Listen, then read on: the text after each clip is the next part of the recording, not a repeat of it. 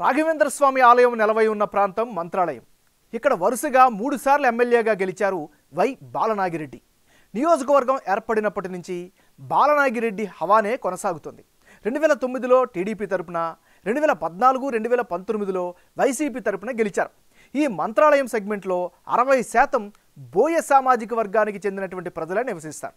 దాదాపు 1,10,000 మంది ఈ కమ్యూనిటీ వారు ఉన్నారు. అయితే ఈ సామాజిక వర్గం నుంచి బలమైన నేత మాత్రం మంత్రాలయంలో లేకుండా పోయారు.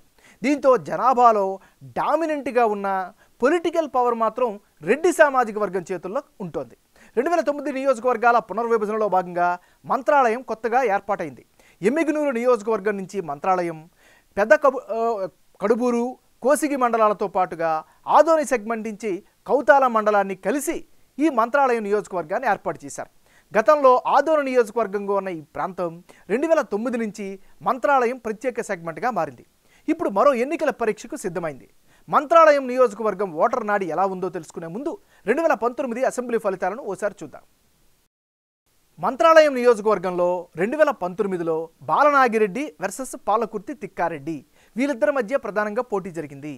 ఆ ఎన్నికల్లో వైసీపీకి ఏకంగా 55% ఓట్లు దక్కాయి. తెలుగుదేశం పార్టీకి 40%, ఇతరులకు 5% ఓట్లు పోలయ్యాయి. అంటే 2019 ఎన్నికల్లో మంత్రాలయంలో వైసీపీ అభ్యర్థి వై బాలనాగిరెడ్డి ఘన విజయం సాధించారు. మొత్తం 55% ఓటు షేర్ సాధించారు. అటు తెలుగుదేశం పార్టీ నుంచి పోటీ చేసిన పాలకుర్తి తిక్కారెడ్డి 40% ఓట్లు రాబట్టగలిగారు. ఇతరులకు 5% ఓట్లు పోలయ్యాయి. తాను గెలిచిన పార్టీ ప్రతిపక్షంలో ఉండడంతో సరైన అభివృద్ధి చేయలేకపోయానని చెప్పి 2019లో బాలనాగిరెడ్డి ప్రచారం చేసుకున్నారు. దీంతో సింపతి ఓట్లన్నీ అటువైపే పడ్డాయి. వీటితో పాటే సోదరులు ఎమ్మెల్యేలు ఎమ్మెల్సీగా ఉండడం కూడా బాలనాగిరెడ్డికి బలగం రూపంలో కలిసి వచ్చాయి. మరి ఈసారి ఎన్నికల్లో మంత్రాలయం సెగ్మెంట్లో రాజకీయం ఎలా ఉండబోతుందో big TV exclusive detailed election సర్వేలో వెల్లడైనటువంటి అభిప్రాయాలను ఇప్పుడు పరిశీలిద్దాం. ముందుగా వైఎస్ఆర్ కాంగ్రెస్ పార్టీకి చెందినటువంటి నాయకుడు వై బాలనాగిరెడ్డి. ఈయనకి ఈసారి ఎన్నికల్లో అనుకూలమైనటువంటి అంశాలేంటో పరిశీలిస్తే, ఈయనకి సంబంధించినంత వరకు సెగ్మెంట్లో నాడు నేడు కింద స్కూల్స్ని అభివృద్ధి చేశారు. అది కళ్ళకి కనిపిస్తుంది. ఖచ్చితంగా ఇది ఒక పెద్ద పాజిటివ్ ఫ్యాక్టర్. మరోవైపు అందరికీ అందుబాటులో ఉంటారనేటువంటి అభిప్రాయం సర్వత్రా వ్యక్తమవుతుంది.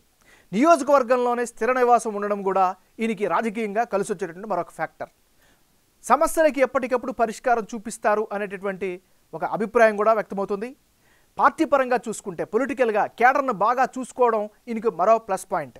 మరోవైపు వైఎస్ జగన్ సర్కార్ స్కీమ్ లబ్ధిదారుల ఓట్లన్నీ కూడా ఈయనకి అదనపు ఆకర్షణగా చెప్పుకోవచ్చు. సో ఓవరాల్గా ఇది ఈయనకి సంబంధించిన ప్లస్లు అయితే, మరి వై బాలనాగిరెడ్డికి మైనస్ పాయింట్స్ ఏంటో పరిశీలిద్దాం. మంత్రాలయం సెగ్మెంట్లో దారుణంగా ఉన్నాయి రోడ్లు. ఇది ప్రధానమైనటువంటి అడ్డంకిగా చెప్పుకోవచ్చు. మరోవైపు మండలాల నుంచి గ్రామాలకు వెళ్ళడానికి నానా అవస్థలు పడాల్సినటువంటి పరిస్థితి నియోజకవర్గంలో కనిపిస్తోంది. ఇది కూడా మరో నెగిటివ్. రాఘవేంద్ర స్వామి మఠానికి వెళ్ళే రోడ్లు కూడా పూర్తిగా డ్యామేజ్ అవడంతో మరొక మైనస్గా చెప్పుకోవచ్చు. హాస్పిటల్లో సరైనటువంటి వసతులు లేకపోవడంతో నిత్యం అక్కడ ఆహాకారాలు అయితే వినిపిస్తున్నాయి. మరోవైపు సరైన తాగు సాగునీటి సౌకర్యాలు లేక నియోజకవర్గ పరంగా అందరూ కూడా ఇబ్బంది పడుతున్న పరిస్థితి. సెగ్మెంట్ వ్యాప్తంగా డ్రైనేజ్ వ్యవస్థ కూడా బాగా లేకపోవడం కూడా ఇంకొక అడ్డంకిగా చెప్పుకోవచ్చు. మంత్రాలయంలో ఉపాధి అవకాశాలు లేకపోవడంతో నిరుద్యోగులైతే ఈసారి ఈయన పట్ల కాస్త వ్యతిరేకత చూపిస్తున్నారు.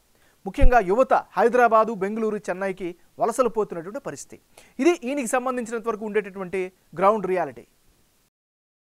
తెలుగుదేశం పార్టీకి చెందినటువంటి నాయకుడు పాలకుర్తి తిక్కారెడ్డి. మరి తిక్కారెడ్డికి ఈసారి ఎన్నికల్లో అనుకూలమైనటువంటి అంశాలు ఏమిటి? టీడీపీతో మంత్రాలయంతో విడదీయనటువంటి అనుబంధం అయితే చాలా ఉంది. అది ఈయనకి కలిసి వచ్చే అంశంగా చెప్పుకోవచ్చు.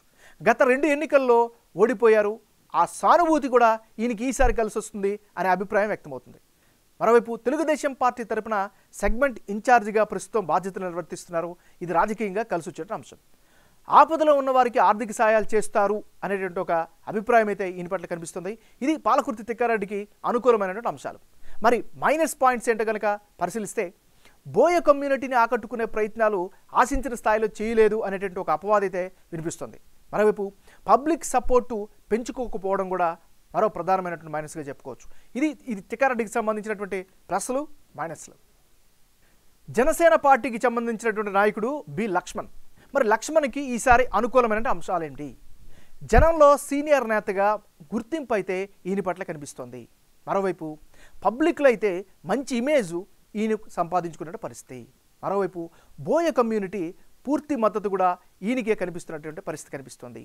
పార్టీల కంటే వ్యక్తిగత ఇమేజ్తోనే ఈయన ఈ నియోజకవర్గంలో ప్రత్యేకమైనటువంటి గుర్తింపు సంపాదించుకున్నారు.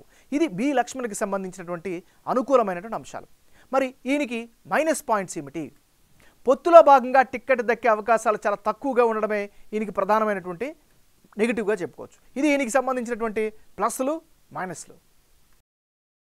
రానున్న ఎన్నికల్లో మంత్రాలయం నియోజకవర్గంలో ఎవరెవరు బరిలో ఉంటే ఫలితాలు ఏ విధంగా వచ్చే అవకాశం ఉందో ఇప్పుడు పరిశీలిద్దాం.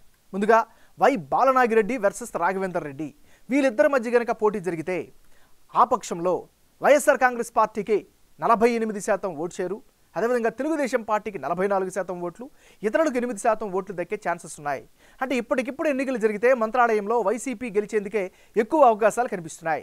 వైసీపీ అభ్యర్థి బాలనాగిరెడ్డికి 48% ఓటు షేరు వచ్చే అవకాశాలు ఉన్నాయని బిగ్ టీవీ సర్వేలో వెల్లడైంది. అదే సమయంలో టీడీపీ అభ్యర్థి రాఘవేంద్ర రెడ్డికి 44% ఓటు షేరు వచ్చే ఛాన్సెస్ ఉన్నాయి. ఇతరులకు 8% ఓట్లు వచ్చే అవకాశాలు ఉన్నాయని బిగ్ టీవీ సర్వేలో వెల్లడైంది. బాలనాగిరెడ్డికి మంత్రాలయం సెగ్మెంట్లో జనం నుంచి బలమైన మద్దతు కనిపిస్తోంది. ఇదే కుటుంబం నుంచి బాలనాగిరెడ్డి సోదరుడు ఆదోని గుంతకల్ ఎమ్మెల్యేలుగా ఉన్నారు, మరొకరు ఎమ్మెల్సీగా ఉన్నారు. ఇంతటి స్ట్రాంగ్ సపోర్ట్ కుటుంబం నుంచి ఉంది. వీటికి ప్రజాబలం తోడవుతుంది. పార్టీ సపోర్ట్ ఎలాగా ఉండనే ఉంది. ఈ నియోజకవర్గంలో వైసీపీ మోస్ట్ ఇన్ఫ్లుయెన్స్ లీడర్గా బాలనాగిరెడ్డి కనిపిస్తున్నారు. ఆయనకి క్యాడర్ సపోర్ట్ కూడా బలంగా ఉంది. అనుచరులకు కార్యకర్తలకు అన్ని సమయాల్లో అందుబాటులో ఉండడం, వారి యోగక్షేమాలను పట్టించుకోవడం, అవసరమైనప్పుడు ఆర్థిక సహాయాలు అందించడం, ఇవన్నీ కూడా ఆయనకి కలిసి వచ్చే అంశాలుగా కనిపిస్తున్నాయి. అలాగే పార్టీ కార్యక్రమాలను కూడా సక్సెస్ఫుల్గా చేస్తూ వస్తున్నారు. గ్రౌండ్లో యాక్టివ్గా ఉంటున్నారు. ఇంటింటి ప్రచారంలో బిజీ అవుతున్నారు. మంత్రాలయం మండలంలోని రామాపురం గ్రామం బాలనాగిరెడ్డి సొంతూరు. ఇక్కడ ఆయనకి స్ట్రాంగ్ సపోర్ట్ ఉంది. వీటితో పాటే చుట్టుపక్కల గ్రామాల్లో నాగిరెడ్డికి బలమైన ఓటు బ్యాంక్ కనిపిస్తోంది. 8,000 మంది పూర్తి స్థాయి మద్దతుదారులు ఈ గ్రామంలో ఉన్నారు. ప్రత్యర్థుల ప్రచారానికి వచ్చిన ఎఫెక్ట్ చూపించని పరిస్థితి అయితే తీసుకొస్తున్నారు. మరోవైపు ఎన్నికల నాటికి పుంజుకోగలిగితే టీడీపీకి కూడా గెలుపు అవకాశాలు ఉండే ఛాన్సెస్ ఉన్నాయి. టీడీపీ నుంచి తిక్కారెడ్డి, రాఘవేంద్ర రెడ్డిలో ఎవరు పోటీ చేసే అవకాశం ఉంది? తిక్కారెడ్డి 2014, 2019లో ఓడిపోయారు. ఈసారి టికెట్ వస్తుందా రాదా అన్నది త్వరలోనే తేలనుంది. అటు మరో టీడీపీ నేత రాఘవేంద్ర బోయ కమ్యూనిటీకి చెందినవారు. ఆ సామాజిక వర్గ మద్దతు పూర్తి స్థాయిలో కూడగట్టుకునే అవకాశాలు కనిపిస్తున్నాయి. మంత్రాలయంలో ఈ కమ్యూనిటీ జనాభానే ఎక్కువగా ఉంటుంది. దీంతో వారి ఓట్లు కీలకమయ్యే ఛాన్సెస్ కూడా ఉన్నాయి.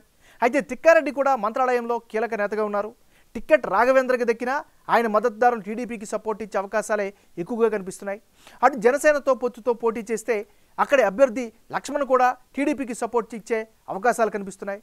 లక్ష్మణ్ కూడా బోయ కమ్యూనిటీకి చెందినవారు. దీంతో ఆ సామాజిక వర్గం అంతా టీడీపీకి మద్దతు ఇచ్చే అవకాశాలు కూడా కనిపిస్తున్నాయి.